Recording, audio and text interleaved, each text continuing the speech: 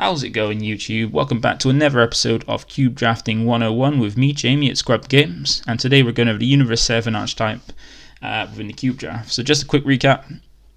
This series has been going over me trying to provide as much support when it comes to anybody who is interested in building a cube or drafting in a cube, by providing as much support as I can with how to build one, how to draft one, some advice on different archetypes and cards and stuff, like picks and things.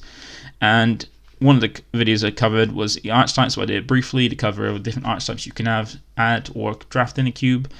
And then the videos since have been going over the archetypes in general in more detail. And today we're going over the Universe 7 one. So we'll start off with the first bit, which is the blue cards for the Universe 7.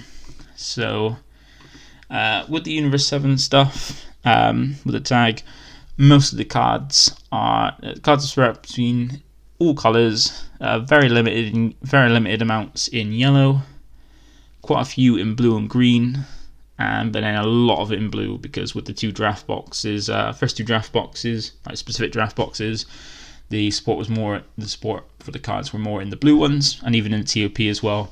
The colours went all over, but most of it was in in the TOP theme booster.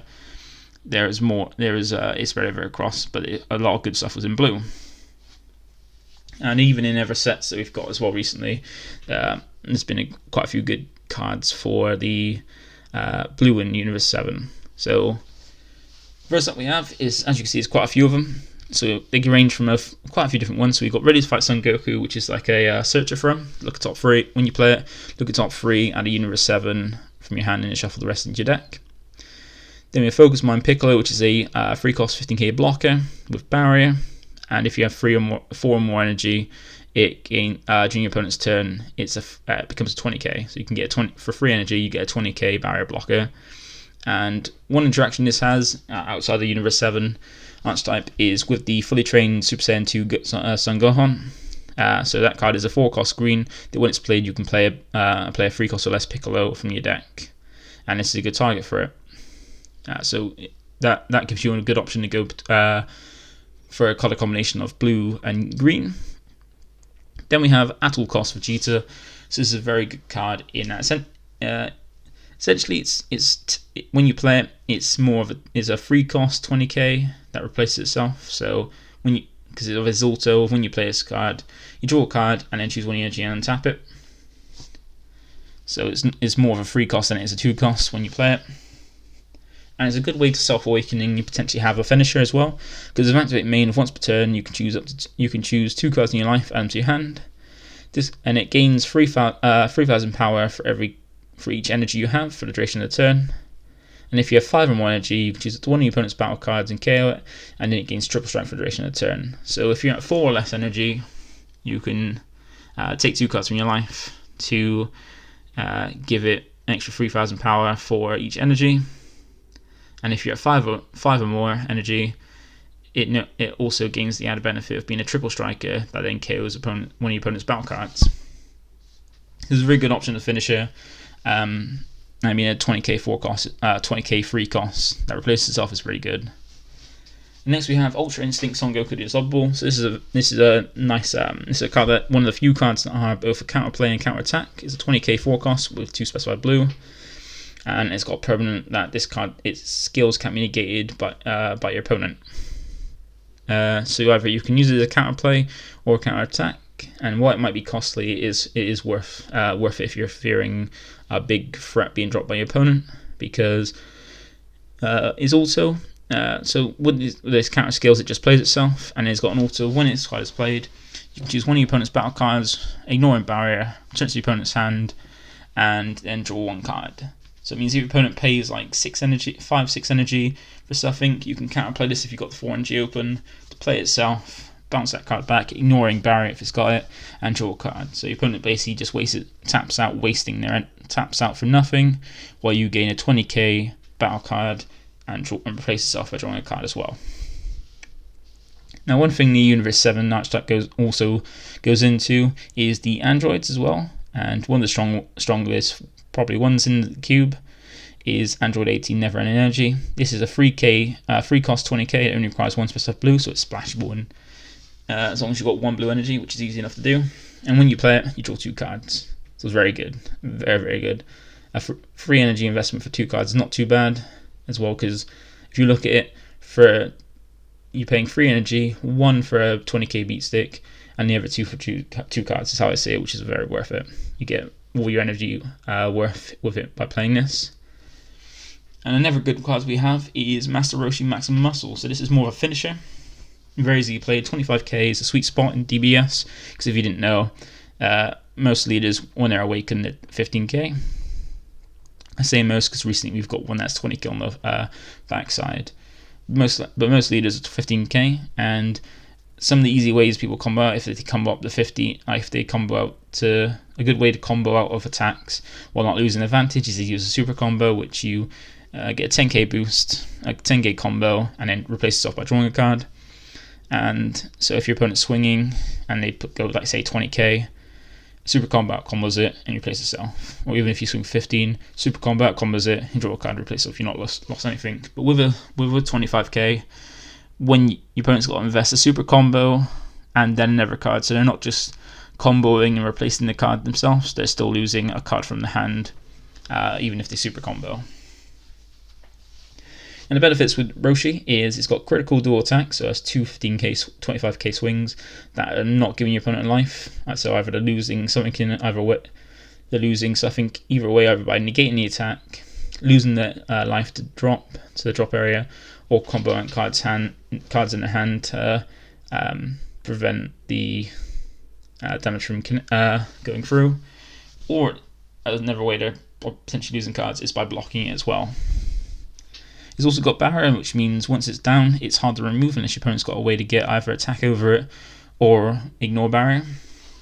Then it's got 2 autos. The first one is when it's played, you can bounce up to 2 of your opponent's battle cards on their field to the bottom of the deck, so it's a removal, which is really good because considering you're paying 6 energy to play it. And the last one is at the end of your turn, you draw a card. So at the end of the turn, every time it survives, you're drawing extra cards. So if you haven't killed your opponent, you're going to be gaining advantage to help defend.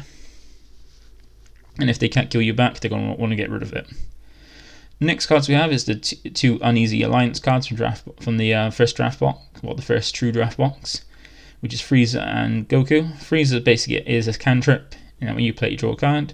It's got an added benefit of if it's returned to your hand, you can then buy a skill. Well, if it's returned to your hand, you can choose one of your opponent's battle cards with entry cost of 3 or less, I think, or just you can just choose one of your opponent's battle cards and bounce it back to the hand. And then Easy Alliance Goku is a counter attack for 2 blue, so you negate the attack and play itself. And when you play itself, you choose one battle card on the field with entry cost 3 or less and return it to the hand. So you can, if in combination with this, you have the Frieza on the field, you can play the Goku, bounce out the Frieza so you can play it again to get a draw, and then Frieza will bounce back something else to the field. Or you can even just use Goku to bounce something your opponent controls that's 3 or less back to the hand. So Frieza's a decent cantrip, 15k cantrip, and Goku's a good for a 15k negate, so you negate the attack and put a 15k body on the pressure with on your turn.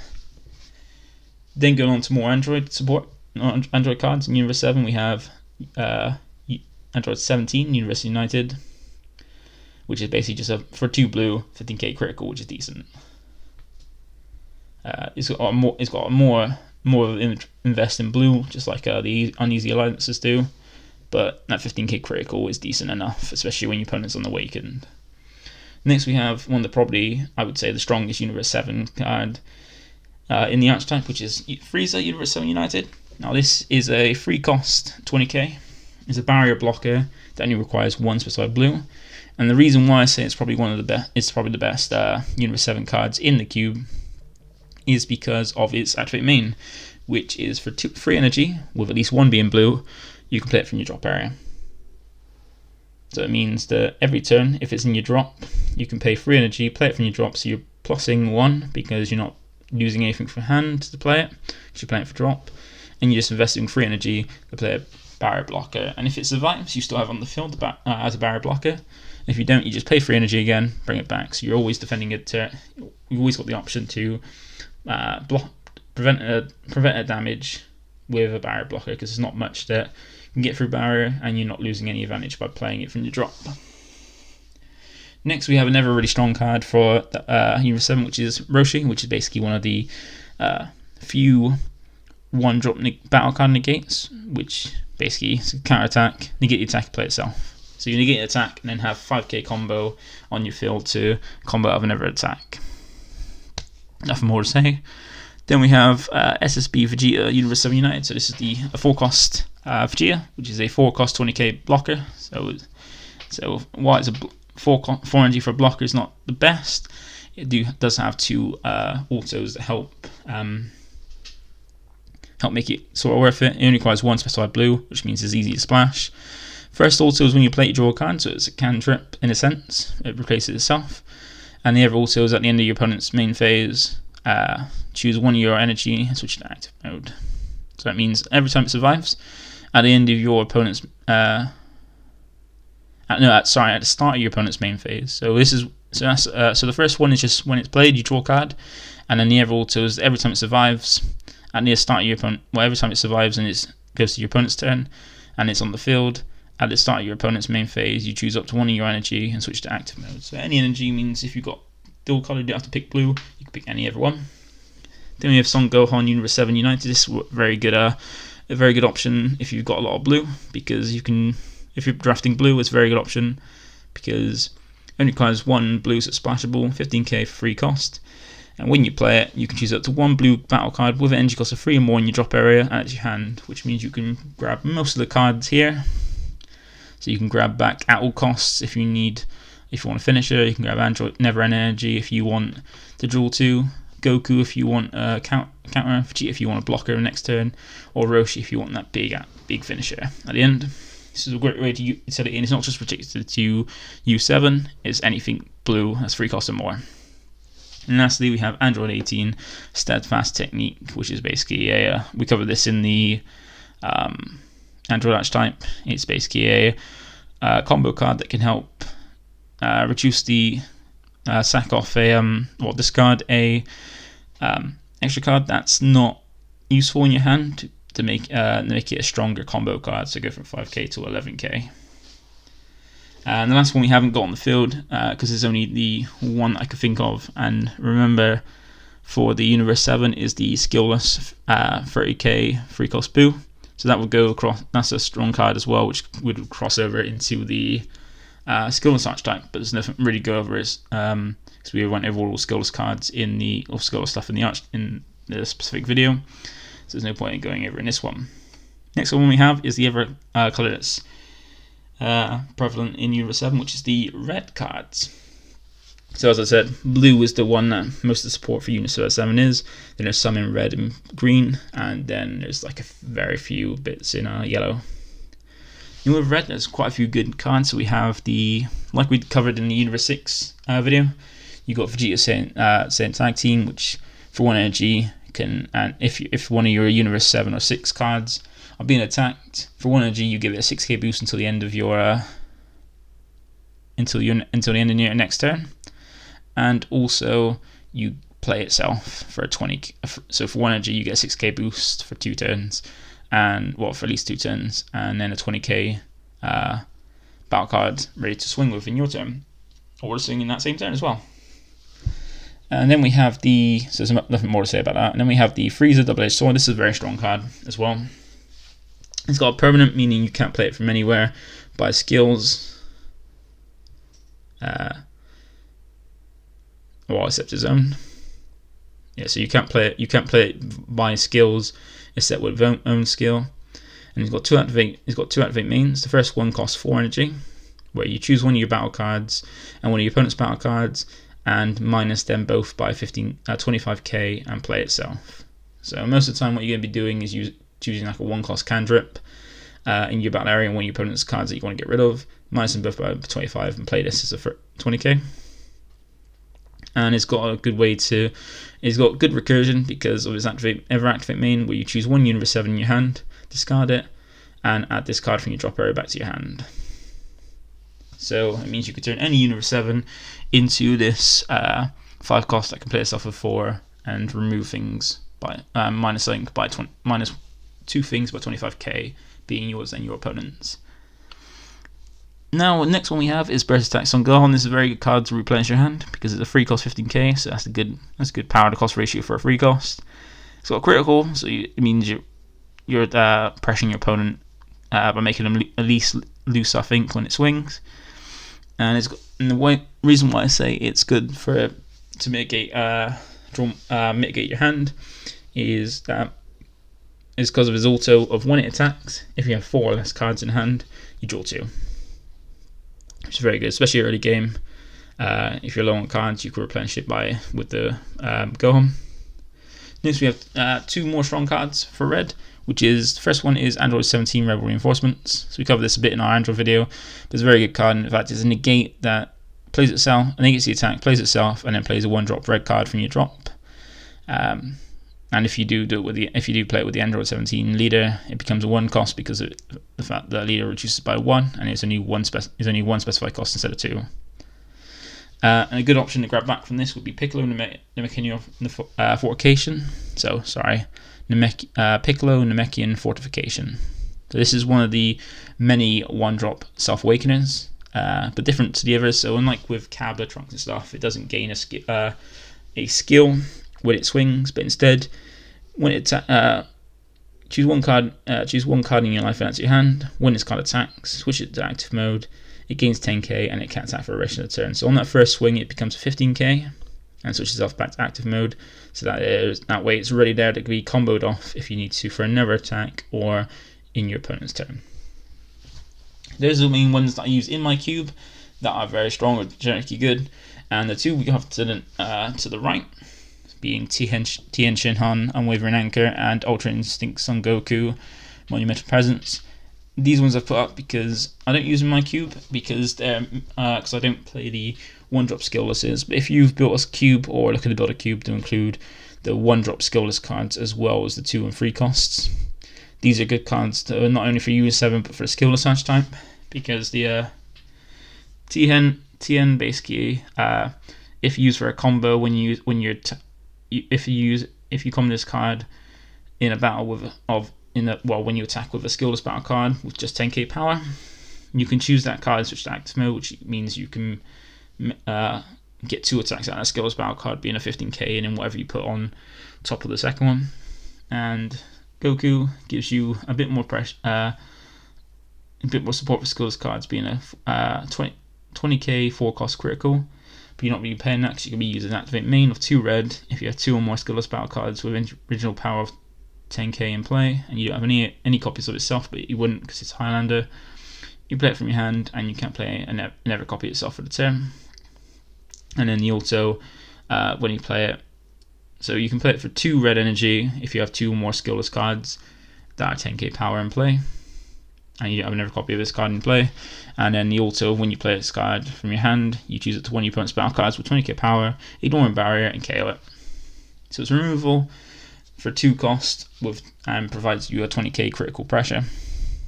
Now, I don't use these in my cube, as I said, but if you were to option, they support both the Universe 7 Archetype and skillless as well. So they mesh well together for that. So that's all for the red. And with the multicolor,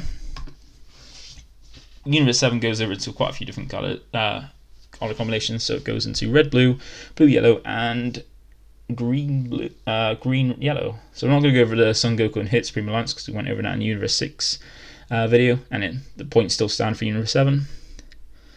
But with the red blue stuff, so the blue red Universe 7 support stuff directly more supports to help out the Invoker Archetype that's also in the cube.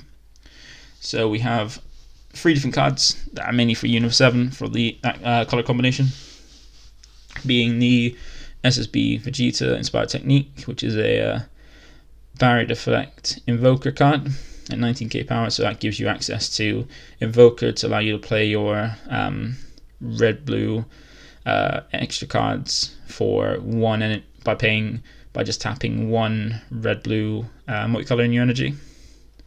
And then we got the Beerus and Whis just under it, which has the same thing. It has Blocker and Invoker, so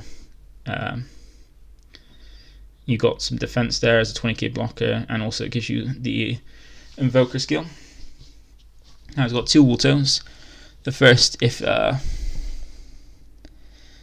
one is if you have 3 or more energy, when one of your battle cards is removed from your battle area, you can play. If you're 3 or more energy, when one of your battle cards is removed from your battle area by opponent's skill, you can play this card from your hand, and you can't play another.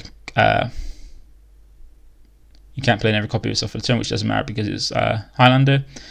And then it has the Ever auto. If it's your opponent's turn, when you play the card, and in the turn you put it at the bottom of your deck and then draw 1 card. So if you play it in your turn, if in your turn something gets KO'd by opponent's skill and you're 3 or more energy, you can play itself and it stays there, doesn't go. But if you play it in your opponent's turn, it'll go back to the bottom of your deck at the end of the turn, and you draw a card to replace itself in your hand. Now a good card as well as super combo wise to help you with either energy management or to have the energy up for Invoker is Beerus Blind Obliterator. So if your leader is a red or blue card, it's a super combo that you can draft quite well, but it's more of a support for you need more investment in the red blue multicolor cards, because when you combo with it, if your leader is red or blue, you can choose during your opponent's turn. If your opponent's turn and your leader is red or blue, you can choose one of your energy that is red and blue, both red and blue, and switch to active mode. So it gives you extra energy during your opponent's turn for effects or more combo if you have a 1 cost 10k combo card in your hand to give you more combo power, and also supports the Invoker Archtype. So they support that quite well. And also another thing to note is all the Universe 7 Archtype stuff is very good if you use the Universe 7 leaders, like the Vegeta from the Ultimate Box, or the Frieza from the Tournament of Power theme booster set. Now they all provide support for that, but even if you don't have those leaders, they're still good options. And the last multi-card card we have for Universe 7 is Krillin Android 18 Power Couple. Now, like I've said with quite a few multicolour that you can arrival in, they're still good to just hardcast if you want to. And this one's also very good for, you can either arrival in for 1 green if you combo both green and yellow in a combo, or you can just pay it for 4 by paying at least 1 green and 1 yellow. And when you play it, you've got 2 things you can do. You can either choose a card in your opponent's hand and drop it, or you can choose a keyword on one of your opponent's battle cards in rest mode and negate it for the turn. So your opponent's got something like Barrier on Deadly Defender, you can play this, negate that skill, and then you're able to kill it because you don't go and have a barrier for the turn. Or you can play it and make your opponent discard a card. Up to you. But it's a very good card, and it classes both into the Earthling, Android, and Universe 7 archetypes, so it covers 3. And the last things we have for Universe 7 is the other support. So as I said, it goes into all different colours. More support in blue and red. Well, more support in blue, a little bit less in red, and it also goes into green and yellow, but not massively a massive amount. And with the green support, the main thing you have is Energy Guard Android 17 and Limitless Energy Android 17. But while the Universe 7 cards support, they're mainly beneficial for the Android support. And we have for yellow, we have Master Roshi Force of Will, which is just like the blue one, a negate 1 cost negate battle card. So you get negate attack and have a 5k combo. The only other ones I have in my cube that aren't those 3, that aren't blue and red, is the combination on the right, which is the double-edged sword technique going into the Frieza Emperor of Universe 7. So Frieza Emperor of Universe 7 is a really strong finisher because it's a 30k triple striker, and it can be played on top of a Frieza. So it can be played on top of a Frieza that's 5 cost or energy, a Universe 7 Frieza with energy cost of 5 or more, by just paying 1, placing 1 Universe 7 card from your hand in your drop area. And the perfect target for that is double edged sword, because that card's recurable, so you'll be able to get it back if you do lose it by a combo or be discarded from your hand, and it can play quite easily for 4 energy by its effect. So if you got both those together and your leader's yellow, if you got both those together, you can drop the Frieza Emperor on Universe 7 on 5 energy by dropping the double-edged sword, and then evolving the 7 drop on top of it. But then if your leader is a yellow leader, then it has the added benefit of it's permanent, where if your leader is yellow, your opponent's counter skills and non-keyword auto and activate skills cannot be activated unless they place 1 card from their life in the drop area. So this puts a lot of pressure, making your opponent what it says to your opponent is, I got this on the board now. If you want to trigger any effects that aren't bond, because that's what it means by non-keyword skill. There's bond, the bond keyword skill. If you want to activate any counter auto or activate skills that aren't, you have to crit life to trigger it. So it basically says, look at your life, minus that by 1. That's how many times you can trigger any effect while I'm on the field. And being a triple striker, you're going to feel some pressure. So if the opponent's on 3 life and you get to finish with this, they've got 2 effects to trigger, and then it pressures your opponent. So it means that if they do use effects to survive an attack from this, they're then less life to make you kill with anything else, like your leader for say. Now underneath the ever cards, we've also got the Piccolo and Android 18. Now these aren't in my cube, but if you do make more of a focus on adding some Universe 7 leaders, 18 is a very good card, because like in the cube, there's for each color there's a combo to play card. So what I mean by combo to play is that the cards that say at the end of a battle, when you combo with this card from your hand and your leader's a certain color or a certain special trait, you can play this card in rest mode, or you can play this card at the end of the battle. This is a one specifically for Universe 7. So if you play enough Universe 7 leaders, it could be worth adding it to. At the moment I don't play those, but I'm thinking about considering putting them in, because the amount of Universe 7 support cards in the cube could make them worth it. And then you've got the Piccolo, the kind of strategist, which allows you to play basically play more energy worth of cards for less energy investment. Because when you play it, if you burst 3, you can choose up to 1 Namekian or Universe 7 card with energy cost of 4 or less from your hand and play it with his skills negated for the duration of the turn. So you can get up to 7 worth of energy, which helps, because being green, it helps with Successor. And but sadly, there's not many ever green or yellow cards that are Universe 7 to play it that are worth it. Like, you can get these 2 androids up here, but they don't get effects. So if you get limitless energy out, it doesn't get the pop if your leader's green, and Energy Guard won't get the untap as well. So they're good options that you can consider. At the moment I don't have in mind, but that is all for the Universe 7 Archtype.